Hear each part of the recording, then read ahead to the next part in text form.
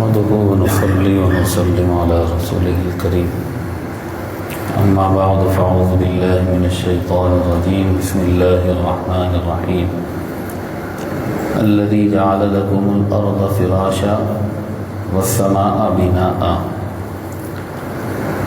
وقال الله تعالى والأرض وضعها للأنام وقال الله تعالى الذي خلق 7 سماوات طباقا صدق الله المولانا العظيم إن الله وملائكته يصلون على النبي يا أيها الذين آمنوا صلوا عليه وسلموا تسليما اللهم صل على سيدنا مولانا محمد معدن الجود والكرم وآله وبارك وسلم صلاة وسلاما عليك يا سيدي يا رسول الله وعلى آلك وأصحابك أجمعين۔ آج شب جمعہ ہے اور جمعے کی رات جو درود پاک پڑھا جاتا ہے، حدیث شریف کے مطابق فرشتے شب جمعہ پڑھے جانے والے درود پاک کو سونے کے قلم سے چاندی کے کاغذ پر لکھتے ہیں، اور یہ صرف اور صرف شب جمعہ پڑھے جانے والے درود پاک کا اعزاز ہے۔ آج شب جمعہ ہے، اونچی آواز سے محبت سے ایک مرتبہ اور درود پاک پڑھیں۔ اللہم صلی علی سیدنا مولانا محمد معدن الجود والکرم وآلہ وبارک وسلم صلاۃ وسلاما علیک یا سیدی یا رسول اللہ وعلی آلک واصحابک اجمعین۔ محترم حضرات، ماہ رمضان المبارک میں روزانہ ہم تراویح سے پہلے جو قرآن مجید کا ترجمہ، تفسیر و خلاصہ سنا کرتے تھے، اسی کا تسلسل، اسی سلسلے کو جاری رکھتے ہوئے ماہ رمضان المبارک کے بعد شوال المکرم کے مہینے میں ہم درس قرآن پاک سننے کے لیے جمع ہوئے۔ آج شوال المکرم کی 14 تاریخ ہے، 14 شوال المکرم 1444 ہجری بمطابق 4 مئی 2023۔ قرآن مجید اللہ کا کلام، اللہ کی آخری کتاب، اس میں ہدایت ہے، نور ہے، رحمت ہے، اس کی برکت سے قیامت میں شفاعت ملنے کی خوشخبری ہے۔ قرآن نجات ہے، قرآن کامیابی ہے۔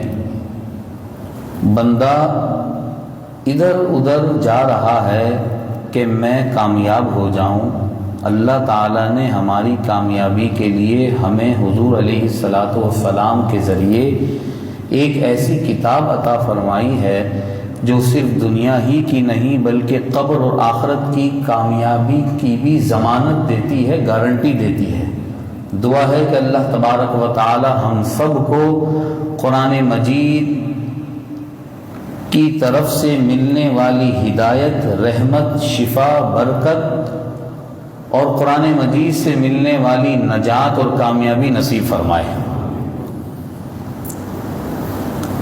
اور قیامت کے دن قرآن جب شفاعت کرے، اور حضور علیہ الصلاۃ والسلام کی حدیث شریف کے مطابق جب قرآن کسی کی سفارش کرے گا، قیامت میں شفاعت کرے گا، تو اللہ تبارک و تعالی اس قرآن کی شفاعت اور سفارش کی وجہ سے اس مسلمان کو جنت میں داخلہ عطا فرمائے گا۔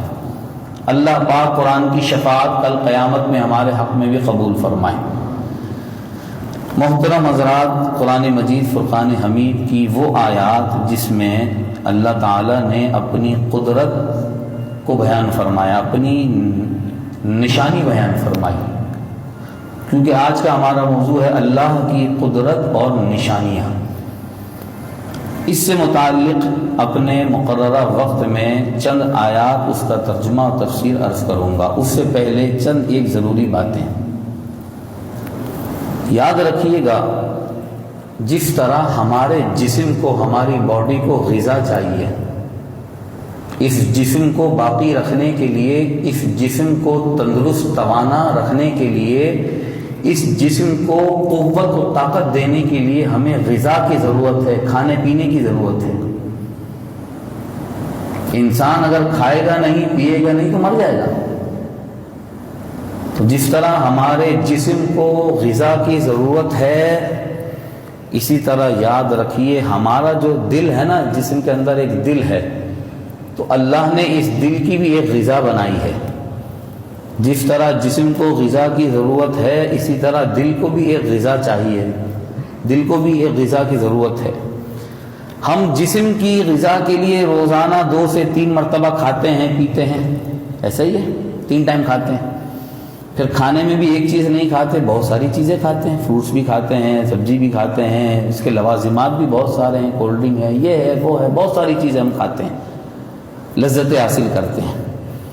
یہ سب ہمارے جسم کی غذائیں ہیں. اسی طرح ہمارے دل کی ایک غذا ہے، اور وہ کیا ہے؟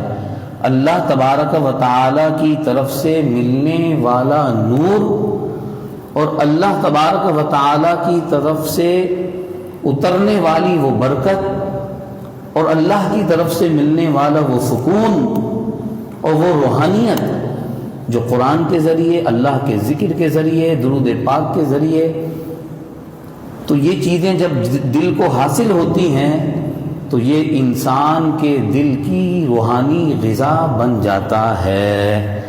اور جب دل یہ باتیں سنتا ہے نا قرآن کی، اور جب ذکر اللہ سے زبان جو ہے وہ تر ہو جاتی ہے تو پھر دل کو غذا ملتی ہے، تو دل اس کی لذت کو ویسے ہی محسوس کرتا ہے جیسے ہمارا جسم اچھے کھانے کی لذت محسوس کرتا ہے، اور اچھے کھانے کے بعد اس کے جسم کو طاقت اور قوت ملتی ہے. تو یہ قرآن اور یہ ساری چیزیں انسان کے دل کو زندہ رکھتی ہیں. جسم کی غذا کے بغیر انسانی جسم مردہ، ختم ہو جائے گا، کمزور ہو جائے گا. اسی طرح اگر ہم نے اپنے دل کے لیے روحانی غذا کا انتظام نہیں کیا جو دل کی ضرورت ہے، تو یاد رکھیے پھر دل بھی مر جائے گا، پھر دل بھی مردہ ہو جائے گا. میں آپ کو ایک حدیث شریف سناؤں حضور علیہ الصلوۃ والسلام کی. فرمایا تحتاج القلوب الى اقواتها من الحکمت کما تحتاج الاجسام الى اقواتها من الطعام. فرمایا دلوں کو بھی غذا کی ضرورت ہے. ہم جسم کی غذا کی بات یاد رکھتے ہیں نا، تو فرمایا دل کو بھی غذا کی ضرورت ہے. یہ کون کہہ رہا ہے؟ یہ حضور علیہ السلام فرما رہے ہیں کہ دلوں کو بھی اپنی غذا کی ضرورت ایسے ہی ہوتی ہے جیسے جسموں کو زندہ رہنے کے لیے غذا کی ضرورت ہوتی ہے.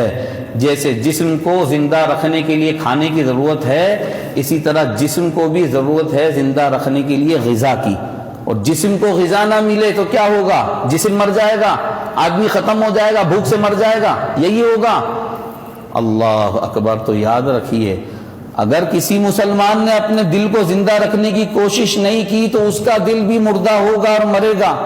غذا سے انسانی زندگی کی موت ہوتی ہے، اور اگر وہ نماز سے، قرآن سے، ذکر اللہ سے، درود پاک سے دل کی روحانی غذا سے دور ہو گیا اور دل کو اس نے دور کر دیا غذا سے، غذا نہیں ملی دل کی، تو یاد رکھیے پھر انسان کا دل کیسے مردہ ہوگا. اس کی مثال میں یہ دینا چاہوں گا. انسان اگر مر جائے تو دنیا سے تعلق ختم ہو جاتا ہے، اس سے دنیا کا رشتہ ختم ہو گیا. لیکن خدا نخواستہ کسی کا دل مردہ ہو گیا تو اس دل کا تعلق اللہ سے منقطع ہو گیا. لوگ اس کو تو اہمیت دیتے ہیں، میں نے کھانا نہیں کھایا تو میں مر جاؤں گا. لوگوں کبھی سوچا کسی نے اس بات پہ غور کیا کہ اگر میں نے اپنے دل کو مردہ کر دیا تو مردہ دل کا تعلق رب سے ختم ہو جاتا ہے. اسی پر ایک شاعر نے بڑی اچھی بات کہی، اور اس نے کہا کہ بڑی عجیب بات ہے، کوئی آدمی مرتا ہے تو اس کے مرنے پر افسوس کیا جاتا ہے، تعزیت کی جاتی ہے، بھئی فلاں گزر گیا، فلاں کا انتقال ہو گیا. یا اگر کسی آدمی سے دنیا کی کوئی چیز چھوٹ جائے، رہ جائے، اسے نہیں ملے تو وہ افسوس کرتا ہے کہ مجھے دنیا کی یہ چیز کیوں نہیں ملی، افسوس کرتا ہے. تو وہ شاعر کہتا ہے، وہ اشعار بہت سارے ہیں، میں اس کا خلاصہ بیان کر رہا ہوں کہ دنیا میں کوئی چیز کسی کی چھوٹ جائے نا تو وہ اس کا نیم البدل اس کو مل جائے گا، آلٹرنیٹ کوئی نہ کوئی مل جائے گا. ایک چیز چھوٹ گئی دوسری مل جائے گی، دوسری چھوٹ گئی تیسری مل جائے گی، تیسری چھوٹ گئی چوتھی مل جائے گی. دنیا میں ہر چیز کا کوئی آلٹرنیٹ ملے گا آپ کو. لیکن وہ شاعر کہتا ہے سوچو اگر اللہ سے تعلق ختم ہو گیا اور اللہ کا در چھوٹ گیا اللہ کے در سے دور ہو گیا اور اللہ سے دور ہو گیا، تو بتاؤ کون سے در پہ جا کر اور کس کے پاس وہ جا کر رب کی رحمت حاصل کرے گا؟ اس لیے دنیا کی موت پر غم کرنے کے ساتھ ساتھ انسان کو اس پر بھی غم کرنا چاہیے کہ میرا تعلق رب سے ختم کیوں ہوا، میں اللہ کے در سے دور کیوں ہوا، میں اللہ کے در، اس کے گھر سے کیوں دور ہو گیا۔ اور اگر خدا نخواستہ دور ہو گیا ہے، دنیا میں کچھ بھی حاصل کر لے، اللہ تبارک و تعالی کی رحمت اور اللہ کے در کے بغیر دنیا کی نہ دولت، دنیا کا نہ عیش و آرام، دنیا کی کوئی چیز اس کو جو ہے سکون اور نفع نہیں پہنچا سکتی۔ آخری بات عرض کر کے موضوع کی طرف آتا ہوں۔ حضرت امام حسن بصری رحمۃ اللہ تعالی علیہ بہت بڑے بزرگ گزرے ہیں، تابعی ہیں یہ، تابعی اسے کہتے ہیں جس نے ایمان کی حالت میں صحابہ کا دیدار کیا ہو۔ تو امام حسن بصری نے بہت سارے صحابہ کی زیارت کی ہے، بصرہ کے رہنے والے تھے۔ اور امام حسن بصری جب پیدا ہوئے تو امام حسن بصری جب پیدا ہوئے تو ان کو اللہ نے یہ عزت دی کہ مولائے مشکل کشا سیدنا علی مرتضیٰ رضی اللہ تعالی عنہ اس وقت حیات تھے، دنیا میں تشریف فرما تھے۔ تو امام حسن بصری کو پیدا ہونے کے بعد حضرت علی مرتضیٰ کی گود میں دیا گیا، اور حضرت علی مرتضیٰ نے اپنا لعاب دہن تھوک مبارک حضرت امام حسن بصری کے منہ میں ڈالا۔ تو امام حسن بصری ایک دن درس قرآن دے رہے تھے، قرآن کا درس دے رہے تھے، درس ختم ہوا، وائس ختم ہوا، تو درس میں سے ایک آدمی نے آپ سے عرض کی، حضور آپ درس قرآن دیتے ہیں، اتنی اچھی اچھی باتیں کرتے ہیں، مگر ہمارے دل پر کوئی اثر نہیں ہوتا، ہمارے دل پر کوئی اثر نہیں ہوتا۔ اللہ اکبر، اتنے بڑے امام، ان کی باتوں کا اثر نہیں ہوتا تو کیا میرے جیسے بیکار آدمی کا اثر ہوگا؟ کہنے لگا حضور آپ کی باتوں کا ہمارے دلوں پر اثر نہیں ہوتا، لگتا ایسا ہے ہمارا دل سو گیا ہے۔ کیا کہا؟ لگتا ایسا ہے ہمارا دل سو گیا ہے۔ تو امام حسن بصری رحمۃ اللہ تعالی نے فرمایا یہ مت بولو ہمارا دل سو گیا ہے، یہ بولو ہمارا دل مو گیا ہے، یعنی تمہارا دل مردہ ہو گیا ہے۔ کہا حضور یہ کیسے، ہمارا دل کیسے مردہ ہو گیا، ہمارا دل کیسے مر گیا؟ فرمایا دیکھو زندہ آدمی اگر سو رہا ہوتا ہے نا تو اس کو ایسے ہلاؤ تو اٹھ جاتا ہے، زندہ آدمی اگر سو رہا ہو تو اس کے سامنے کوئی اونچی آواز میں بات کرے، اس کو ہلائے جلائے تو وہ اٹھ جاتا ہے، اور مردے آدمی کے سامنے تم بولتے رہو، مردہ آدمی کے سامنے تم کچھ بھی بولتے رہو، اس کو ہلاتے رہو تو کیا ہوگا؟ اور ہاں، تو فرمایا یہ مت کہو کہ ہمارا دل سویا ہوا ہے، جب دل مردہ ہو جائے پھر اثر ختم ہو جاتا ہے۔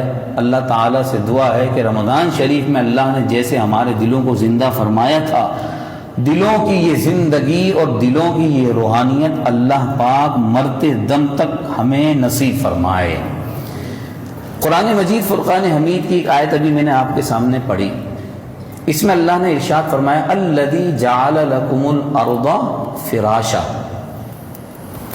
میں آج آپ کے سامنے 2 سے 3 چیزیں عرض کروں گا۔ نمبر 1 زمین، نمبر 1 آسمان، اور اگر مجھے ٹائم ملا تو اس میں پھر میں عرض کروں گا ہماری تخلیق، ہماری پیدائش، اللہ نے ہمیں جو بنایا، ہمیں جو پیدا کیا، تو ہماری پیدائش میں اللہ کی کیا قدرت ظاہر ہوتی ہے، کیا نشانی ظاہر ہوتی ہے۔ نمبر 1 زمین، اللہ نے زمین کے متعلق فرمایا یہ زمین تمہارے لیے ہم نے بستر بنائی ہے، بستر بچھونا بنایا ہے۔ والسماء بناء، اور آسمان ایک چھت بنائی ہے۔ وانزل من السماء ماء، اور پھر ہم نے آسمان سے پانی اتارا۔ فاخرج به من الثمرات، پھر اس پانی سے ہم نے پھل فروٹ نکالے، پیدا کیے، تمہارے لیے کھانے پینے کی چیزیں اس پانی سے پیدا کی۔ محترم حضرات، زمین کے متعلق میں چند باتیں عرض کرتا ہوں کہ زمین یہ جس پہ ہم رہتے ہیں، جس پہ ہم سوتے ہیں، جس پہ ہم بلڈنگیں بناتے ہیں، یہ جو زمین ہے نا، زمین یہ بہت بڑی اللہ کی نشانی ہے، اللہ کی بہت بڑی قدرت اس زمین سے ظاہر ہو رہی ہے۔ نمبر ایک، جب اللہ تعالیٰ نے زمین کو بنایا تو کیسے بنایا؟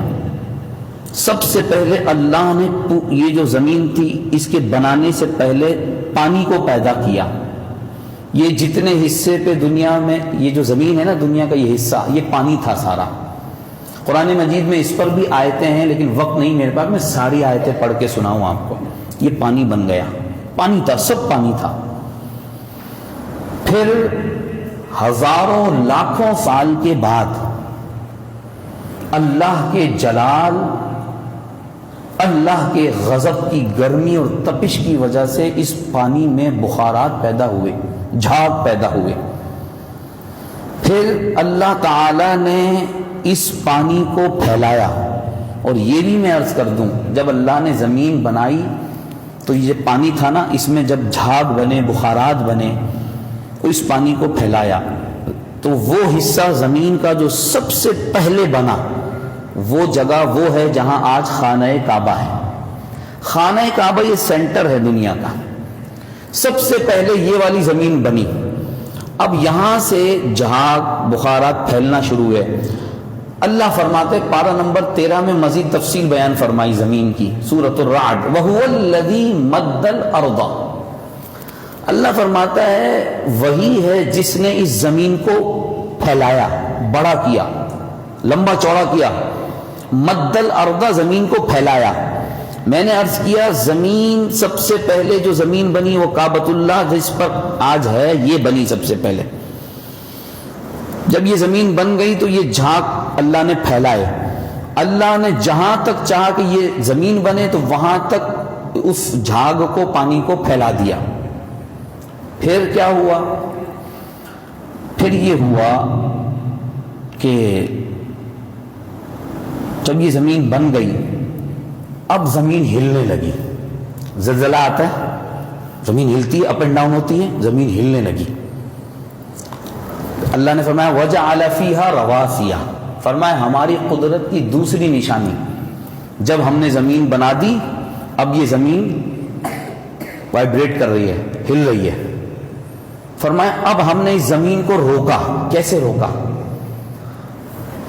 ہم نے اس میں لنگر ڈالے۔ لنگر کیا؟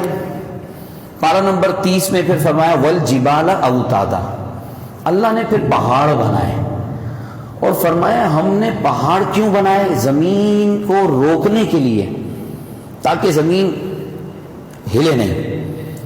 ہم نے پہاڑ بنائے، اور پہاڑ کو کیا بنایا؟ پہاڑ کو زمین کے لیے کیل بنایا۔ کیل، یہ دو لکڑیاں ہیں، ان کو ملایا آپ نے، اوپر سے کیل ٹھوک دی۔ اب لکڑی ہلے گی؟ نہیں ہلے گی، بالکل اپنی جگہ پہ کھڑی ہو جائے گی۔ تو اب یہ زمین کا ہلنا بند ہو گیا۔ اب جب اللہ نے یہ پہاڑ بنا دیے، زمین اپنی جگہ رک گئی۔ اب جب اللہ نے پہاڑ بنائے تو سبحان اللہ، پہاڑ کتنے بنائے؟ 6 دنیا میں پہاڑوں کی جو تعداد ہے وہ 6673 ہے، 6673۔ اور ان میں سب سے بڑے بڑے پہاڑ آپ دنیا میں گنے تو یہ بنتے ہیں 178۔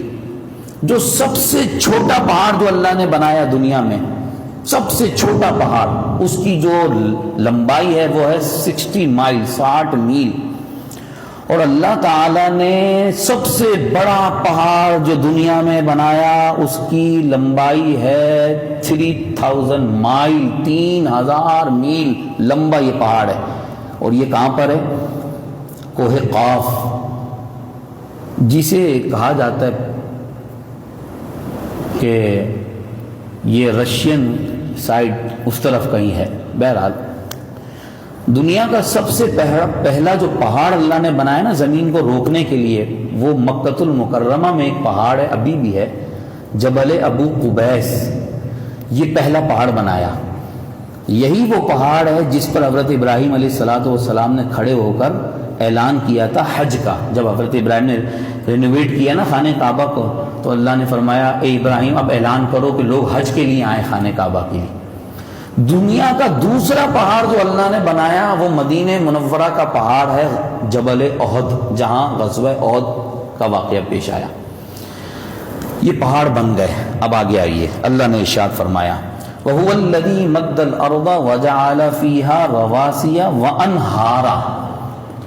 اب اللہ فرماتے ہیں پہاڑ بھی بن گئے, پھر اللہ فرماتے ہیں ہم نے اس زمین میں نہریں. ابھی جو بڑے بڑے پہاڑ ہیں دنیا کے, اتنے اونچے اونچے پہاڑ جہاں برف باری ہوتی ہے, وہ برف پگھلتی ہے تو پانی کا بھی انتظام کیا. اچھا, زمین سے متعلق ایک بات اور عرض کروں. پارہ نمبر 1 سورہ بقرہ, ارشاد فرمایا کہ وَالَّذِي خَلَقَ لَكُم مَّا فِي الْأَرْضِ جَمِيعًا. فرمایا صرف زمین نہیں بنائی ہم نے تمہارے لیے, بلکہ زمین کے اندر وہ سب کچھ بنایا جس کی تمہیں ضرورت تھی. اب انسان کو کیا ضرورت تھی؟ ظاہر ہے انسان کو زمین پہ کھانے کی ضرورت, پینے کی ضرورت, رہنے کی ضرورت. اور زمین کو اللہ تعالیٰ نے قدرت دیکھی, اللہ کی نشانی, کیسا بنایا. کہتے ہیں نا دنیا گول ہے, زمین گول ہے. اس کی مثال میں آپ کو دیتا ہوں. فٹ بال ہے, فٹ بال گول ہوتی ہے, فٹ بال گول ہوتی ہے نا, تو زمین گول ہے. جب زمین گول ہے تو بندہ جب چلے تو اس میں لڑکنا چاہیے, چیزوں کو ایسے جو ہے وہ اپنی جگہ پہ تو نہیں رہنی چاہیے. زمین گول ضرور بنائی ہے اللہ تعالیٰ نے, لیکن اللہ تعالیٰ ارشاد فرماتا ہے کہ وَالْأَرْضَ وَضَعَهَا لِلْأَنَامِ. اب سورہ رحمان میں آئیے, زمین کے بارے میں کیا فرمایا. فرمایا ہم نے زمین بنائی اور زمین کو ایسے رکھا ہوا ہے مخلوق کے لیے کہ یہ زمین نہ تو ایسی ہے کہ دلدل اور گارا کہ بندہ چلے تو نیچے گھس جائے, نہ یہ زمین ایسی ہے کہ عمارت کھڑی کرو تو نیچے چلی جائے, اتنی نرم. نہ یہ زمین اتنی ہارڈ, اتنی سخت کہ بندہ اس پر رہنے کے لیے عمارتیں بنائے, بلڈنگیں بنائے, کوئی بھی چیز بنائے تو یہ کھود نہ سکے اس کو. کیا مطلب یہ کہ ہم نے زمین کو بستر بچھونا بنایا. آدمی رات کو تھک کر اپنے بستر پر جاتا ہے, آرام کرنے کے لیے بستر کمفرٹیبل ہونا چاہیے, نرم ملائم ہونا چاہیے, سافٹ ہونا چاہیے تاکہ نیند آئے اور اس کی تھکن دور ہو. تو اللہ تعالیٰ فرماتا ہے کہ میں نے تمہارے لیے زمین کو ایسے بنا دیا ہے, دنیا کا ہر عیش, دنیا کا ہر آرام, دنیا کی ہر آسائش, کھانے سے لے کر پینے تک ہر لذت کی چیز ہم نے تمہارے لیے دنیا میں رکھ دی ہے. یہ حیوان, یہ نباتات, یہ دنیا جہان کی نعمتیں زمین سے کون اگا رہا ہے, اس کو بھی اللہ نے بیان فرمایا. پارہ نمبر 7 فرمایا وَهُوَ الَّذِي أَنشَأَ جَنَّاتٍ مَعْرُوشَاتٍ وَغَيْرَ مَعْرُوشَاتٍ وَالنَّخْلَ وَالزَّرْعَ. فرمایا کہ اے مسلمانوں غور کرو, انسان غور کرو. ایک زمین ہے, وَفِي الْأَرْضِ قِطَعٌ مُتَجَاوِرَاتٍ, اس زمین کے مختلف ٹکڑے ہیں. اب زمین کی تاثیر اللہ بیان فرما رہا ہے کہ اس میں یہ مختلف ٹکڑے آپس میں ملے ہوئے ہیں.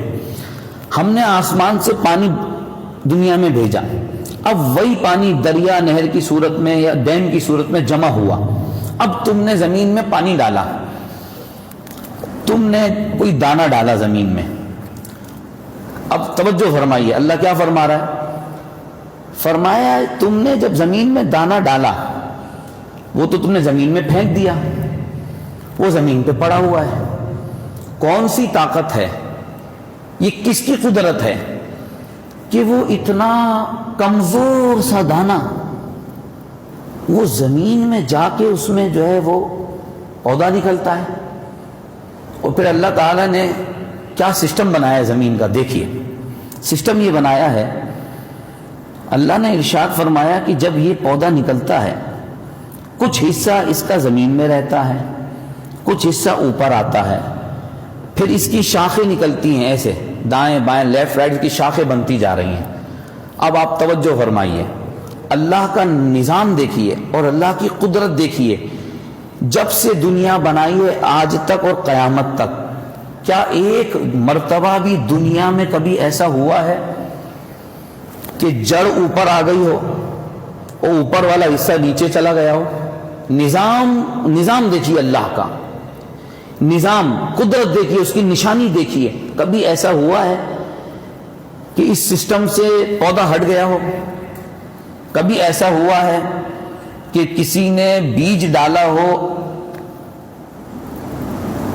آم کا اور نکل گیا اس سے سیب.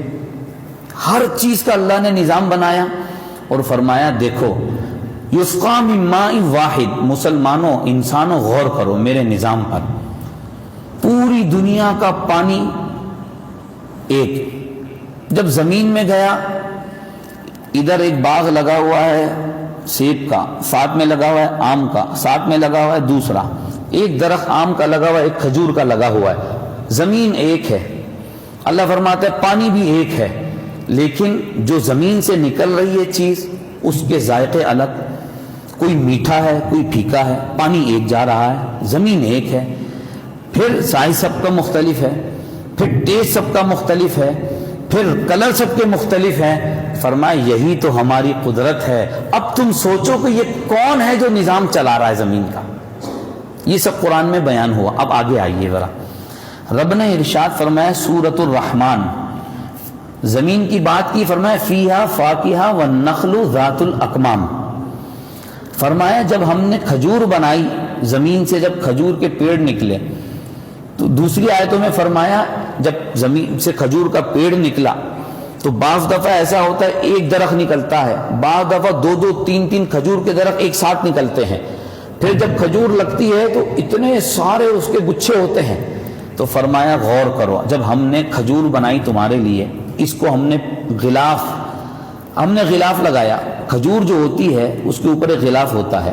چلیں آپ کیلے کی طرف آئیں، بنانا کی طرف آئیں، اس کا غلاف تو بہت واضح طور پر نظر آتا ہے نا. آپ چھلکا اتارتے ہیں.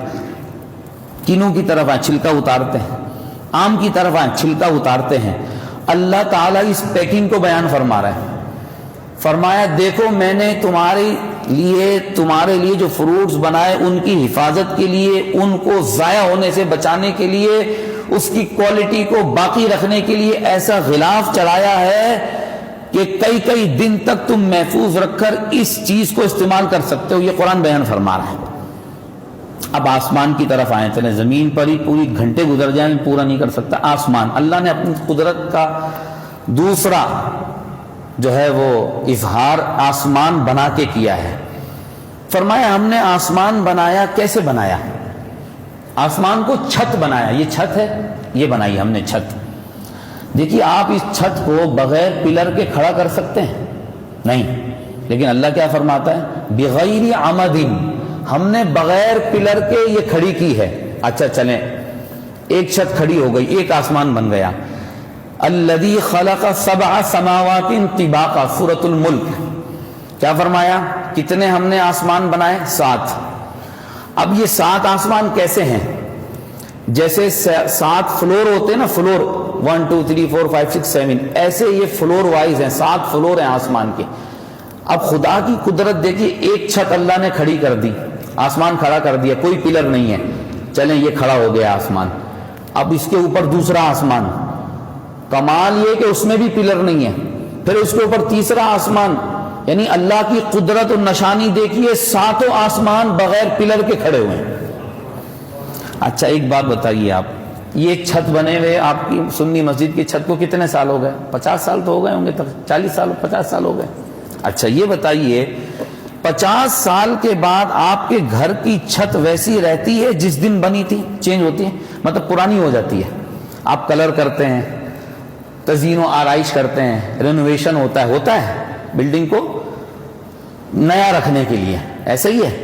قربان جائیے اللہ کی چھت آسمان پر، لاکھوں سال گزرنے کے بعد بھی آسمان وہی منظر پیش کر رہا ہے جس دن بنا تھا. یہ اس کی قدرت ہے، یہ اس کی نشانی ہے. دوسری بات اللہ تعالی نے ارشاد فرمایا ما ترى فی خلق الرحمن من تفاوت. فرمایا اتنی بڑی چھت ہم نے بنائی ہے آسمان، اتنی بڑی چھت ہے، اتنی بڑی چھت ہے کہ ہم تصور نہیں کر سکتے. لیکن اللہ ایک چیلنج کر رہا ہے. فرمایا ہماری قدرت دیکھو، ہماری نشانی دیکھو. اتنی بڑی چھت میں 1 انچ بھی کہیں کوئی کمی نظر نہیں آئے گی تم کو، کوئی کمی نظر نہیں آئے گی، کوئی عیب نظر نہیں آئے گا. اور پھر اللہ نے دوسرا چیلنج کیا، فرجع البصر. فرمایا اے بندے آسمان کو بار بار دیکھ، بار بار دیکھ، تجھے کوئی خرابی کوئی عیب نظر آ رہا ہے؟ ثم ارجع البصر کرتین، فرمایا تو بار بار دیکھتا رہے آسمان کو، ینقلب الیک البصر خاسئا وہو حسیر، اللہ فرماتا ہے ہماری قدرت اور ہماری نشانی دیکھو، تم ساری زندگی بھی آسمان کو دیکھتے رہو نا، ایک انچ ایک ذرہ بر بھی تمہیں کوئی کمی خامی عیب نظر نہیں آئے گا، یہ اللہ کی قدرت ہے۔ اب ارشاد فرمایا جب یہ آسمان بن گئے، اب توجہ فرمائیے ذرا، اللہ نے آسمان کے اوپر کیا کیا چیزیں بنائی، آسمان کے نیچے کیا کیا رکھا؟ سورج، چاند، یہ ستارے۔ اب سورج پر آئیے ذرا، ارشاد فرمایا هو الذی جعل الشمس ضیاء والقمر نورا، شمس سورج کو کہتے ہیں عربی میں، اور قمر چاند کو کہتے ہیں۔ اللہ فرماتا ہے یہ جو ہم نے سورج بنایا ہے یہ جگمگا رہا ہے، روشن ہے، روشن، اور چاند فرمایا یہ بھی چمک رہا ہے۔ وقدرہ منازل، ارشاد فرمایا یہ جو ہم نے چاند بنایا ہے، یہ چاند اس کی منزلیں ہیں، چاند کی ٹوٹل 28 منزلیں ہیں۔ سنیے ذرا، چاند روزانہ ہر رات اپنی منزل میں چلتا ہے، سفر کرتا ہے، اور 28واں دن جب آتا ہے چاند کا، تو چاند اپنی آخری منزل پر جب سفر کر کے پہنچ جاتا ہے، اگر وہ مہینہ 29 کا ہو تو 1 دن، اور وہ مہینہ اگر 30 دن کا ہو تو 2 دن چاند نظر نہیں آئے گا، غائب ہو جائے گا۔ توجہ رکھیے آپ، اللہ کا نظام دیکھیے، قدرت دیکھیے۔ پارہ نمبر 23 سورہ یاسین میں پھر اللہ نے مزید چاند کے بارے میں ارشاد فرمایا، والقمر قدرناہ منازل حتی عاد کالارجون القدیم، فرمایا ہم نے اس چاند کو جب بنایا تو ہم نے چاند کے لیے 28 منزلیں بنائیں۔ اب فرسٹ ڈے سے لے کر 28 تاریخ تک، 28 تاریخ تک روزانہ چاند اپنی منزل میں سفر کر رہا ہے، روزانہ اس کا ایک اللہ نے نظام دے دیا کہ آج تو یہاں ہوگا، کل وہاں ہوگا، کل وہاں ہوگا۔ وہ 28ویں دن جب پہنچ گیا، 28ویں رات کو جب اپنی آخری منزل پہ پہنچ گیا، اس کے بعد اللہ فرماتا ہے چاند تمہیں کیسا نظر آئے گا؟ کل ارجون القدیم، فرمایا جیسے کھجور کا وہ جو ہے وہ ٹہنی ہے نا کھجور کی، جب سوکھ جائے پیلی ہو جاتی ہے، پتلی سی ہو جاتی ہے، تو 28 تاریخ کا جو چاند ہوگا وہ بالکل باریک ہو جائے گا۔ اچھا اب سنیے، کمال دیکھیے ذرا، اللہ کی قدرت دیکھیے۔ اللہ تعالی نے چاند کو زمین کے قریب رکھا اور سورج کو زمین سے دور رکھا، یہ بھی ذرا اللہ کی قدرت دیکھ لیجئے ذرا۔ پہلی بات تو میں یہ عرض کروں، خوب اچھی طرح یاد رکھیے، یہ جو اللہ نے زمین بنائی ہے اور آسمان بنائے ہیں، زمین کو اللہ نے آسمان کا محتاج بنایا ہے، کیونکہ زمین پر پانی آسمان سے ہی آنا ہے بارش کی صورت میں، ٹھیک ہے؟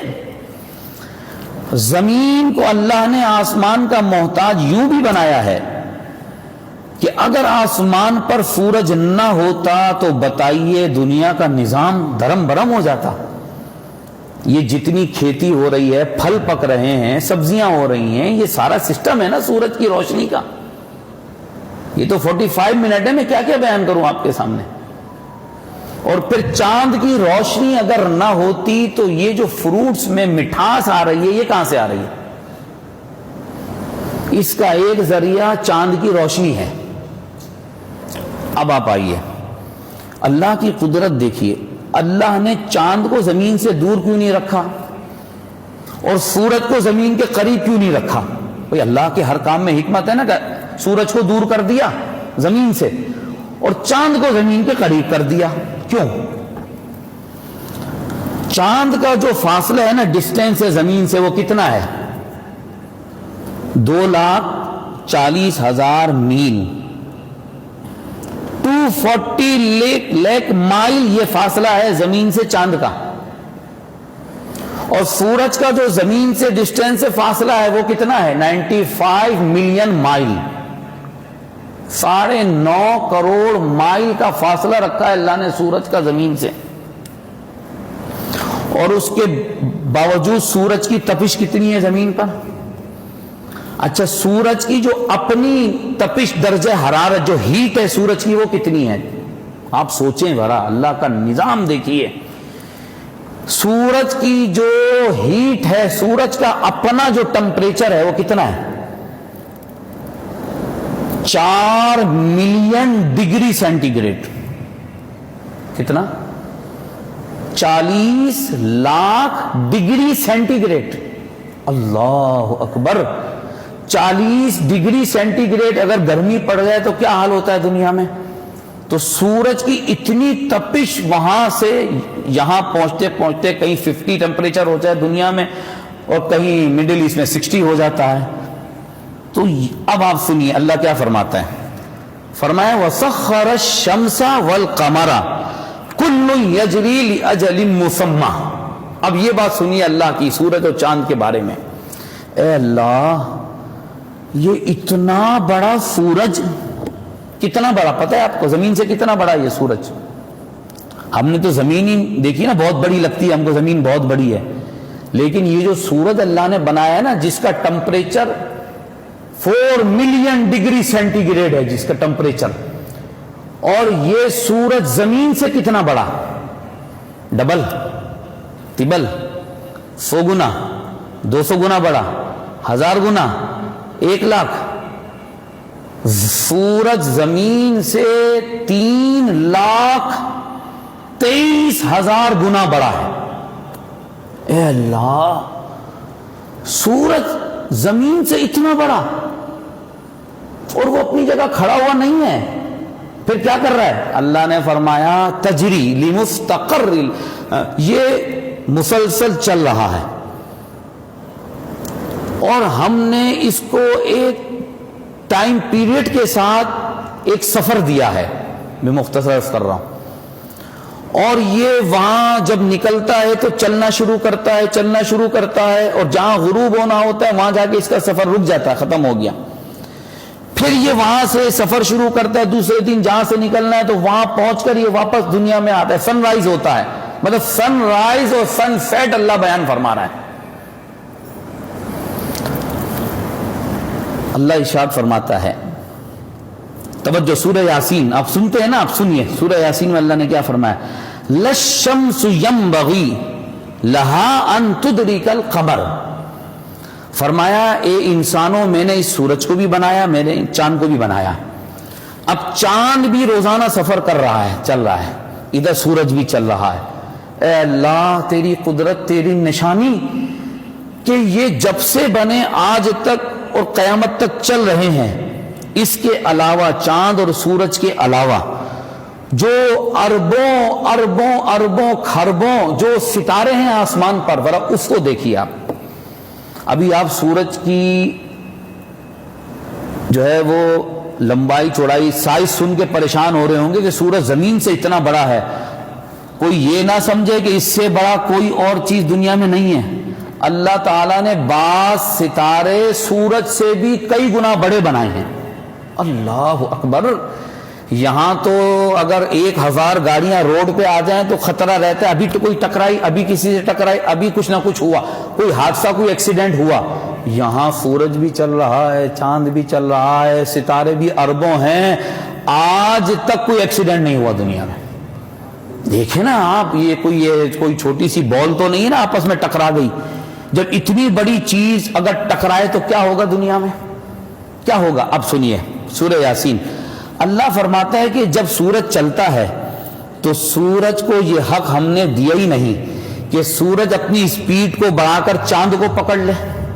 توجہ رکھیے، اللہ کیا بات بیان فرما رہا ہے۔ فرمایا ہماری قدرت دیکھو، ہماری نشانی دیکھو، ہم نے سورج کو یہ اختیار ہی نہیں دیا، سورج یہ کام کر ہی نہیں سکتا کہ سورج چلتے چلتے اپنی سپیڈ کو بڑھا دے اور چاند کو پکڑ لے۔ کیا مطلب؟ اب میں اس کی وضاحت کرتا ہوں، پکڑنے کا کیا مطلب؟